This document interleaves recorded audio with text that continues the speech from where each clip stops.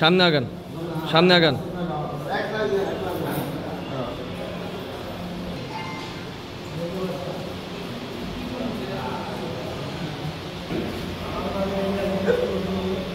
Single sugar দিয়ে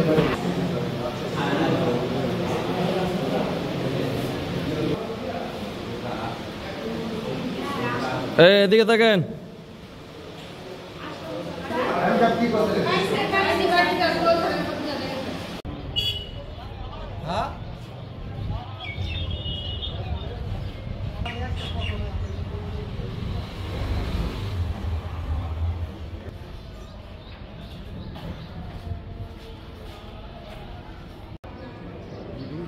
TV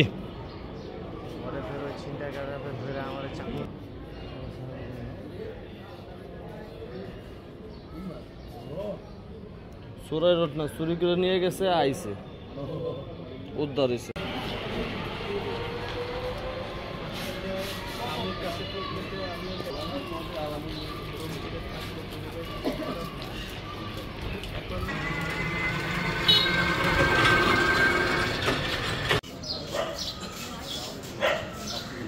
আপনার সরতে পারেন না, সরতে পারেন না, সবাই সরতে পারেন না একটু।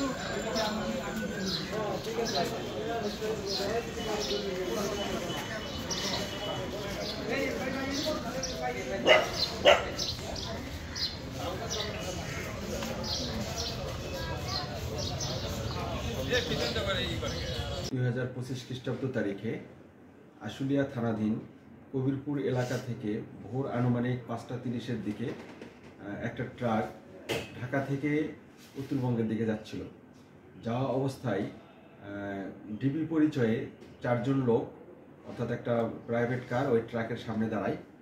তারা ডিবির কোটি পরেছিল, অর্থাৎ ডিবির পোশাক পরে তারা সামনে বলে যে আমরা ডিবির লোক। এই কথা বলে তারা ট্রাকে ওঠে এবং সেই ট্রাকের নিয়ন্ত্রণ নিয়ে নেয়। তারা নিয়ে নেওয়ার পরে তারা সেই ট্রাকটা রড বোঝাই ছিল, সেটা নিয়ে তারা প্রথমে মানিকগঞ্জের দিকে যায়। মানিকগঞ্জে যাওয়ার পরে এবং ট্রাকের যে ড্রাইভার হেল্পার ছিল তাদেরকে অবচেতন করে, অর্থাৎ সেন্সলেস করে তাদেরকে ওখানে ফেলে রেখে চলে যায়। যাওয়ার পরে তারা ওই যে সমস্ত ডাকাতেরা ছিল ওখানে, তারা ওখানেই ট্রাকের নিয়ন্ত্রণ নেয়। নেওয়ার পরে সেটা নিয়ে সেই ট্রাকটা আমরা গত ঘটনার 2 দিন পরে কেরানীগঞ্জের একটা জায়গা থেকে ওই পরিত্যক্ত ট্রাকটা আমরা উদ্ধার করি। এর পরবর্তীতে আমাদের ঢাকা জেলার পুলিশ সুপার মহোদয়ের নির্দেশক্রমে সাভার এবং আশুলিয়ার বিভিন্ন জায়গায় অভিযান চালানো হয়। আশুলিয়া থানার এসআই আশরাফ এটা মূলত কাজটা করে। এর ফলে সিসিটিভি ফুটেজ অ্যানালাইসিস করা হয়, তারপর টেকনোলজি ইউজ করা হয়। করার পরে মানিকগঞ্জ, কেরানীগঞ্জ, সাভার, আশুলিয়া বিভিন্ন জায়গায়, ধামরাই সহ বিভিন্ন জায়গার সমস্ত সিসিটিভি ফুটেজ দেখা হয় এবং টেকনোলজি ইউজ করা হয়। অক্লান্ত পরিশ্রমের ফলে আমরা 2 জনকে শনাক্ত করতে পারি। করার পরে দেখা যায় যে সাভারের ব্যাংক টাউন নামক জায়গায় 2 জন লোক, একটা হলো আনোয়ার আর একজনের নাম নুরে আলম, তারা এই জায়গায় এইগুলোর সাথে সম্পৃক্ত।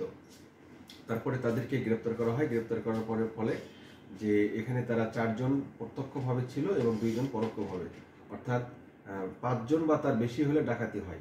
সুতরাং এখানে 6 জন দেখা যাচ্ছে। তো আমরা ট্রাক উদ্ধার করেছি এবং ওই যে রড ছিল সেই রডগুলো উদ্ধার করতে সক্ষম হয়েছি এবং 2 জনকে গ্রেপ্তার করতেও সক্ষম হয়েছি। আমরা আশাবাদী যে অন্যদেরকেও আমরা খুব শীঘ্রই গ্রেপ্তার করব। তো এদের বিরুদ্ধে যে দস্যুতার মামলা নেওয়া হয়েছে, এখন এটা ডাকাতি মামলায় রূপান্তর হবে, যেহেতু সংখ্যা বেড়ে যাচ্ছে, 4 জনের জায়গায় 6 জন। তো যেটাই হোক, আমাদের এই এলাকায় যারাই অপরাধী করতে আসুক না কেন, এই চুরি ছিনতাই ডাকাতি, তাদেরকে আমাদের অবশ্যই আইনের আওতায় আসবে এবং এই এলাকায় কোনো রকমের এই ধরনের ডাকাতি থাকবে না। কারণ এই এলাকায় যে ঘনবসতি এলাকা এবং অনেক ভাসমান লোক বসবাস করে, তারা এখানে উর্বর ডাকাতি বা অপরাধ করার একটা উর্বর ভূমি হিসেবে বেছে নিয়েছে। এটা আর থাকবে না। আমরা আশা করি যে আমরা খুব শীঘ্রই এদেরকেও আইনের আওতায় নিয়ে আসবো। আচ্ছা, একটা বিষয়, যে উদ্ধারকৃত রড, এই রডগুলো কোথা থেকে উদ্ধার করলেন আপনারা? এই রডগুলো ব্যাংক টাউন থেকে নূর আলমের এর দোকান থেকে আমরা উদ্ধার করেছি। রড লোড আনলোডের বিষয়ে সব ভিডিও আমরা পেয়েছি। কতগুলো রড ছিল এখানে? এখানে প্রায় 12 টন রড ছিল। এই রডগুলো কোথা থেকে গেছিল, কোথা থেকে আসতেছে? ঢাকা থেকে নর্থ বেঙ্গলের সিরাজগঞ্জের দিকে যাচ্ছিল। ঠিক আছে।